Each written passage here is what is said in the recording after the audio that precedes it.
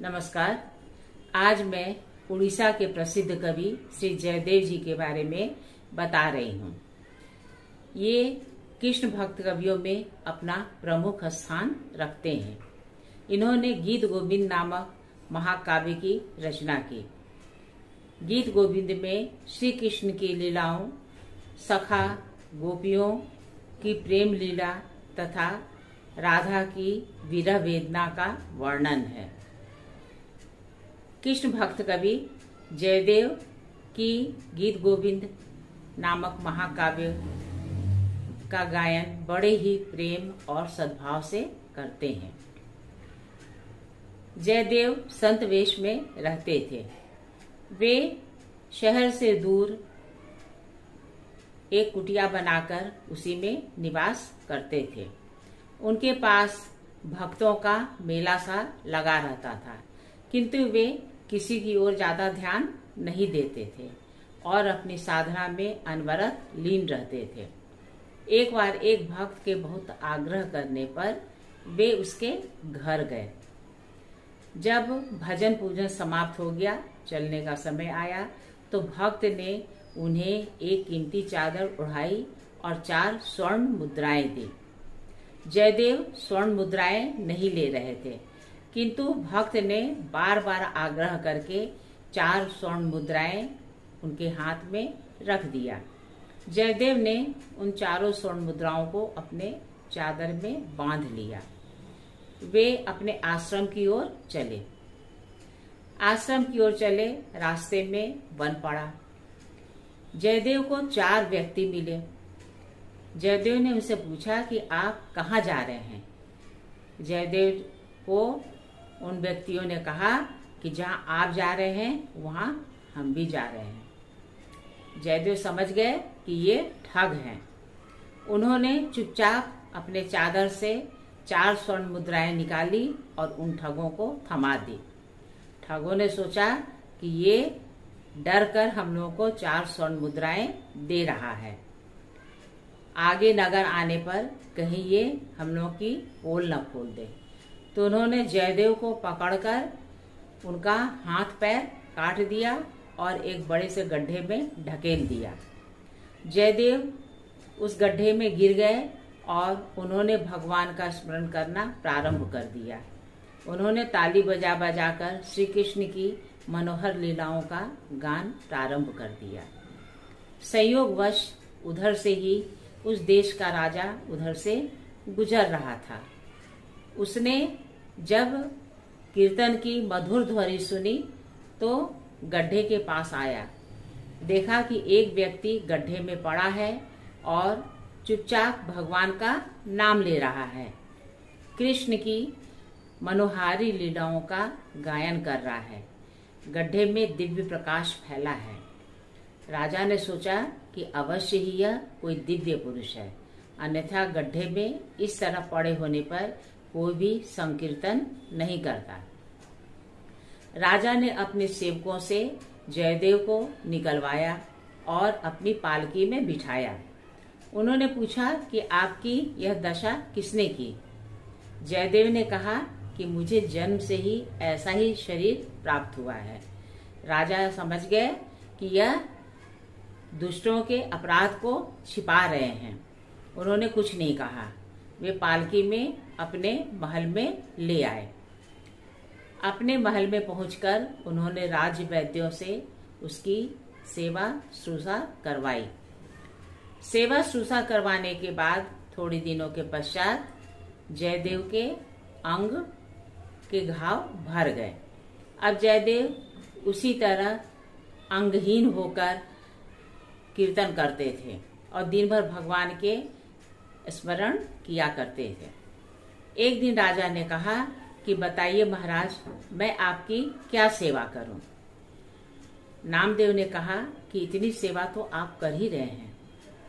इस पर राजा ने फिर आग्रह किया कि नहीं, बताइए संत जी, आपकी क्या सेवा की जाए।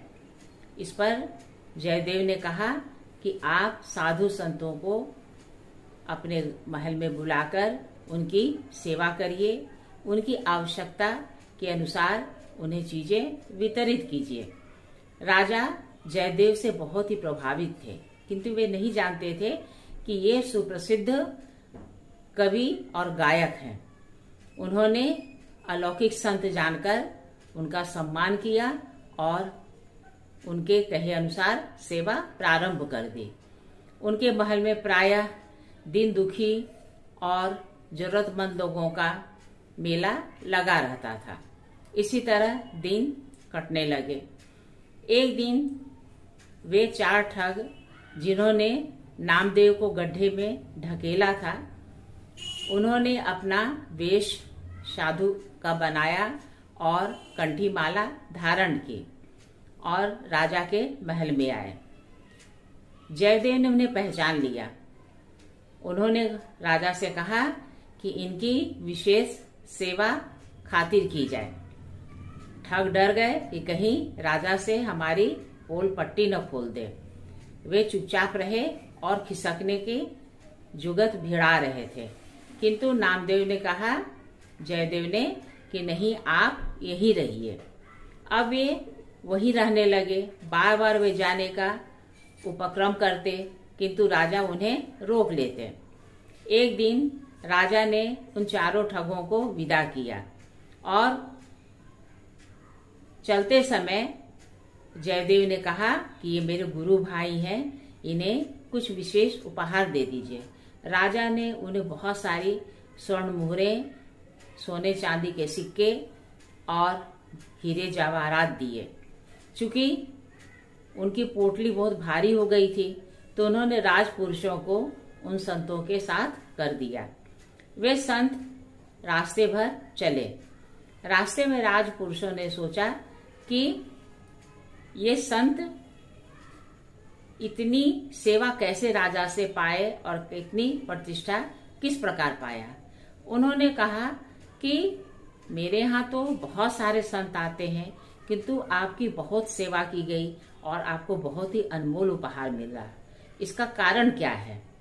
इस पर 4 ठग मंद मंद मुस्काए और एक दूसरे की तरफ देखकर इशारा किया।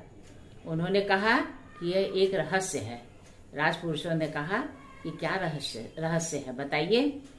इस पर एक ठग ने कहा कि यह जो तुम्हारे घर में साधु बना बैठा है, यह बहुत ही पापी आदमी है। इसे एक राजा ने मृत्युदंड का आदेश दिया था। यह बहुत गिड़गिड़ाने लगा तो हम लोग को दया आ गई। हम लोगों ने इसका हाथ पैर काटकर राजा को दिखा दिया और हम लोग आगे बढ़ गए। इसीलिए यह चुपचाप रहा और हम लोगों से कुछ नहीं कहा। इसका यही रहस्य है। इतना कहते ही पृथ्वी फटी और 4 ठग उसी धरती के अंदर समा गए। यह देखकर राजपुरुष चकित हो गए। उन्होंने दौड़कर राजा को सारी बातें बताई। राजा ने कहा कि यह कैसे हो सकता है। वे नामदेव के पास, जयदेव के पास गए और उन्होंने सारी बातें बताई। जयदेव ने कहा कि सब ईश्वर की लीला है। इस पर राजा ने कहा कि नहीं, ये ईश्वर की लीला नहीं है, इसका कोई रहस्य है, कृपया आप इस रहस्य को समझाइए। यह सुनकर जयदेव अपने हाथ पैरों को मलने लगे। उसी समय चमत्कार हो गया। जयदेव के हाथ पैर पुनः पहले जैसे ही हो गए। राजा बहुत ही अभिभूत हो गया। वह जयदेव के चरणों में गिर पड़ा और कहा कि आप महान हैं, कृपया सारी बातें आप मुझे बताइए। पृथ्वी फटने का, आपके अंग के पुनः निकलने का क्या कारण है? तब जयदेव ने सारी बातें बताई। अब राजा बहुत ही अभिभूत हो गया। उन्होंने जयदेव से बहुत ही आग्रह किया कि आप कृपया मेरे राज में ही रहिए और भक्ति का प्रचार प्रसार करिए। आपके आगमन से मेरा राज्य बहुत ही पवित्र हो गया है और मेरे देश की जनता में भक्ति का संचार हो गया है। कहिए, आपको यह कहानी कैसी लगी? कृपया इसके बारे में अपनी टिप्पणियां अवश्य भेजिएगा। नमस्कार।